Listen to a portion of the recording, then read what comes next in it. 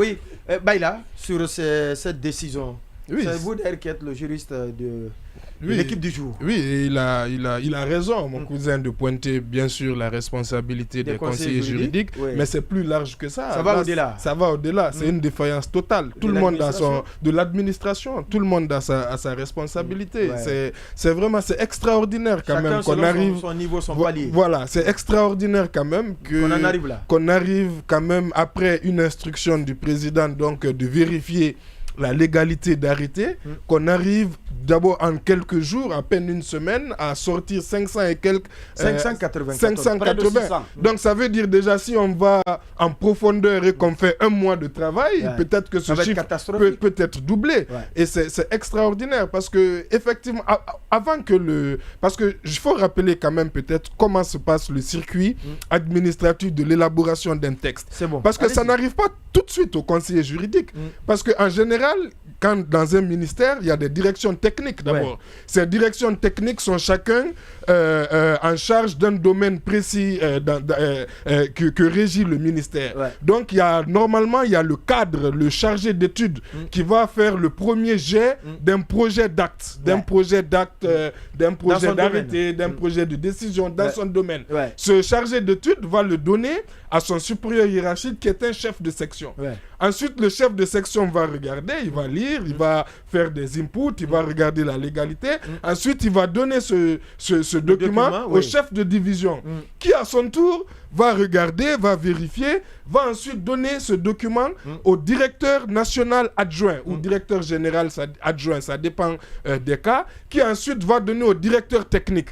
Ensuite, c'est le directeur technique, là on estime que vraiment d'un point de vue technique, tout est bon, après tout est bien assis. C'est seulement à cet instant-là que le directeur technique saisit le cabinet du ministre et donne donc le projet au ministre qui va du coup donner à son conseiller juridique qui a la responsabilité effectivement de vérifier la conformité de l'acte à la loi. Ouais. Et donc ce conseiller juridique, même lui, normalement quand il finit encore, il y a le chef de cabinet qui est aussi son supérieur hiérarchique qui est encore un dernier filtre avant d'arriver au niveau général, voilà, ensuite le ministre. Et ensuite le ministre. Et donc le ministre appose sa signature. Normalement, lorsque le circuit administratif est suivi, ce genre de texte, si on parle... mais là, vous parlez dans un circuit où tous ceux qui sont là, les gens ont de l'expérience. Mais quand on a tout enlevé tout le monde. Non, mais est-ce que d'ailleurs ce circuit est rigoureusement suivi? Non, mais justement, si ce circuit n'est pas rigoureusement suivi, il faut dire aussi à qui la responsabilité.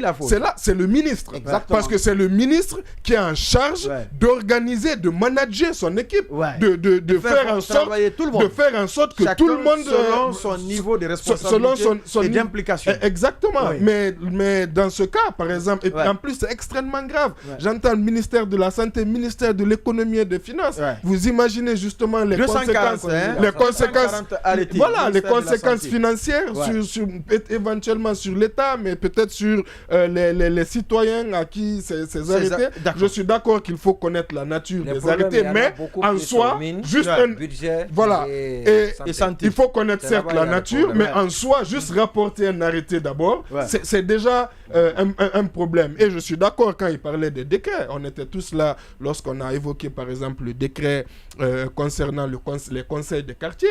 Il est entaché d'illégalité, de bout en bout. Et là c'est l'œuvre de Morikone. Voilà, et là encore c'est extrêmement grave, c'est terrible, c'est vraiment terrible. ça montre quand même un dysfonctionnement administratif.